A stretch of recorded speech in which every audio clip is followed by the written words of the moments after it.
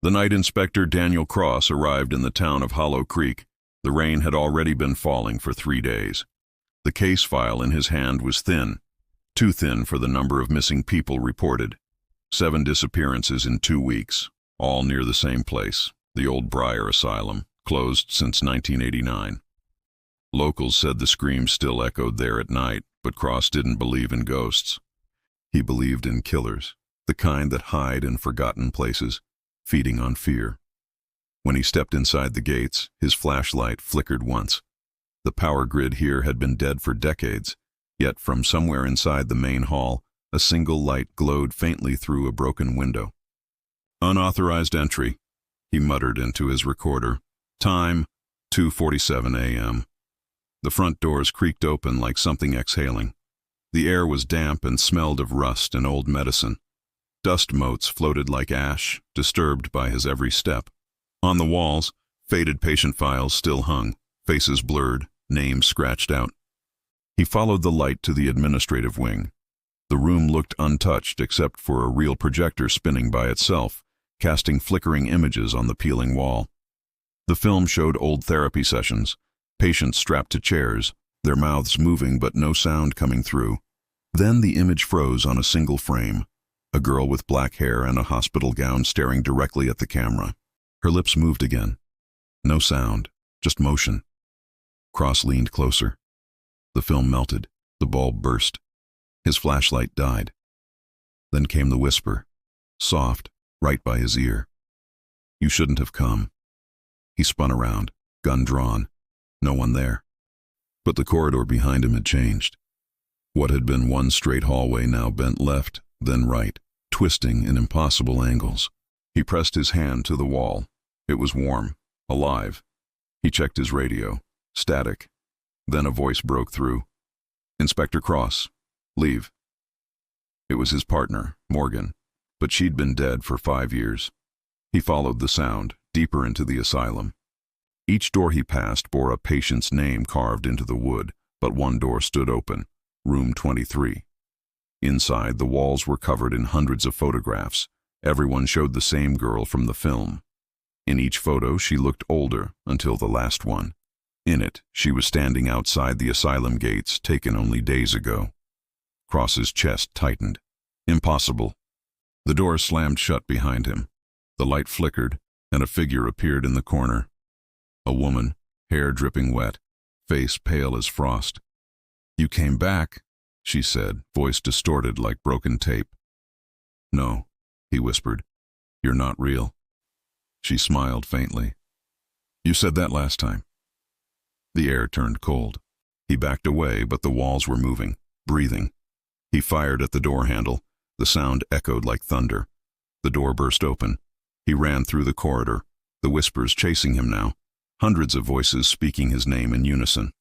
He burst out into the courtyard, gasping. The asylum loomed behind him, dark and silent again. He looked at his recorder. It was still on, playing back his own voice, but the timestamp said 02:47 a.m. again. He checked his watch. Same time, over and over. Stuck. The rain fell harder. He ran to his car, but the windshield reflected the asylum, not behind him, but in front. He blinked. The engine wouldn't start. In the rearview mirror, someone sat in the back seat. The same girl. She leaned forward slowly and whispered, "You found me. Now stay." He turned, gun raised, empty seat. Then his phone vibrated. A new file. Briar Confession, MP4. The thumbnail showed him sitting in that same asylum room. He pressed play. The video began. He was strapped to a chair, blood on his face, whispering something. "I killed them to save them." His stomach dropped. No. The screen glitched. His reflection smiled. The timestamp on the video flickered. 02:47 a.m. exactly. He threw the phone, but it kept ringing from the ground, vibrating in the puddle. Then the girl's voice came through again. "You shouldn't have come back, Daniel." The lights of the asylum flickered back on. He realized he wasn't standing outside anymore. The walls surrounded him again. The projector was running. On the film, his own face staring back. The girl leaned into frame beside him. "See," she said, "you never left." The lights went out. The lights went out. Then silence. Not the kind you hear after a noise, but the kind that eats sound, swallowing it whole. Inspector Daniel Cross blinked, waiting for his eyes to adjust. But nothing changed. Blackness. His breath came out visible, cold. Then faintly a ticking sound began somewhere ahead. Tick, tick, tick. He followed it, hand trembling over his gun, his flashlight flickering back to life for brief seconds at a time. The hallway ahead looked different now.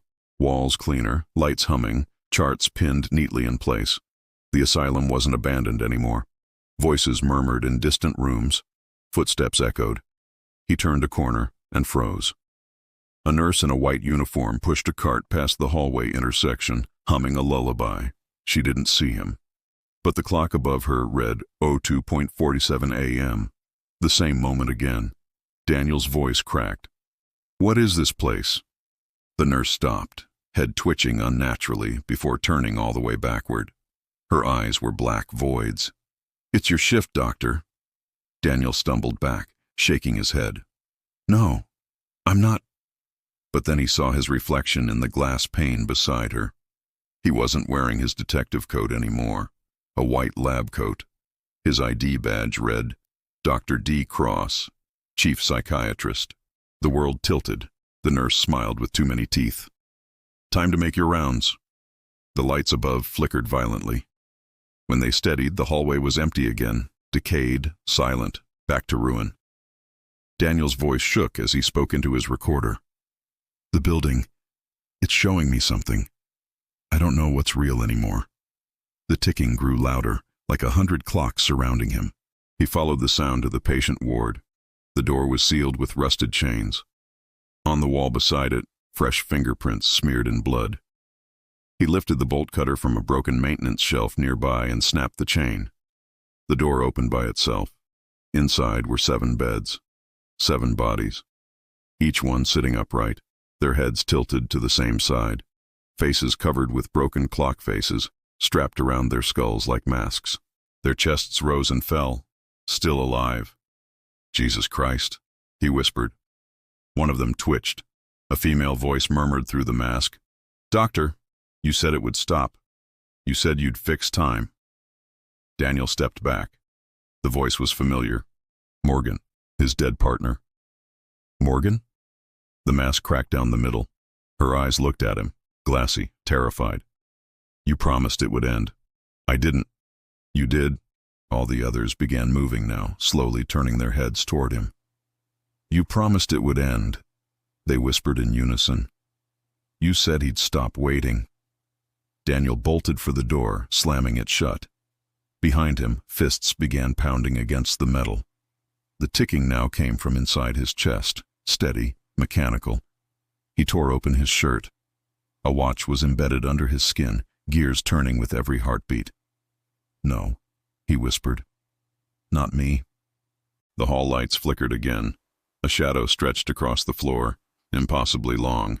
Someone, or something, was standing at the far end of the hall. The silhouette was tall, thin, unmoving, its face obscured, but its presence made the air bend, like heat distortion. Tick, tick, tick. The figure stepped forward, the world warping around it with every movement. Time itself bent. "The man who waits," Morgan's voice whispered through the radio, broken and warped. "He found you." Daniel raised his gun and fired. The bullet slowed midair, twisting, dissolving like dust. The man kept walking, silent. "What do you want from me?" Daniel shouted. The answer came as a low, layered voice, like many people speaking at once. "You owe me seconds." The corridor twisted like a spiral. Daniel fell to the floor, clutching his head as memories crashed through him. Faces of patients, experiments, clocks strapped to human skulls, his own hands adjusting the gears. He wasn't an inspector investigating this asylum. He had worked here 30 years ago. He had tried to stop time itself, an experiment to cure death by suspending the final moment of life. But something went wrong. The experiment created him. The man who waits. The embodiment of stolen time, a being born from every second Daniel tried to freeze.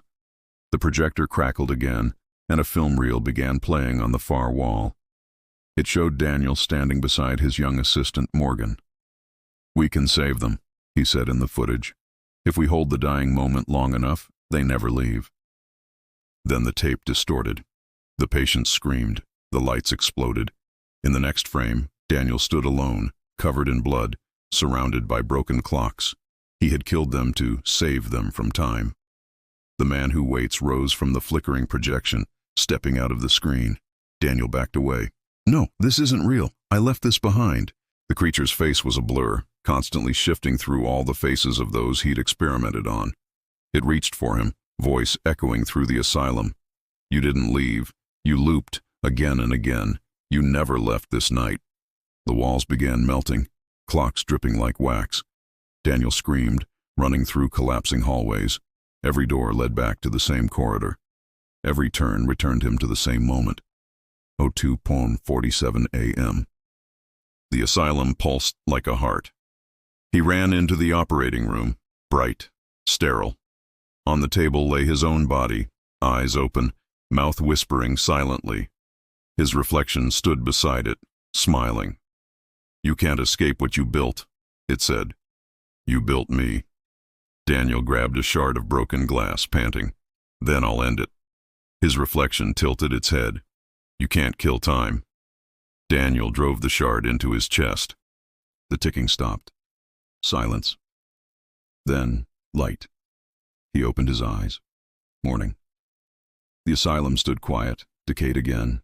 The clocks were still. He stumbled outside into the gray dawn, soaked in rain. The time on his watch read 02:48 a.m. for the first time in years. He laughed, shaking. "It's over." He turned toward his car. A figure stood beside it, the girl from the photographs. She smiled faintly. "You moved it forward." "Who are you?" he whispered. "I'm what's left when you stop waiting." She handed him his recorder. It played back his voice, older, trembling. "If you find this, I'm sorry. I kept the clock running too long." He looked down. The watch on his wrist began ticking backward again. The girl faded. The sky darkened. His reflection appeared in the car window, smiling, though he wasn't. Then the world blinked. Back to darkness.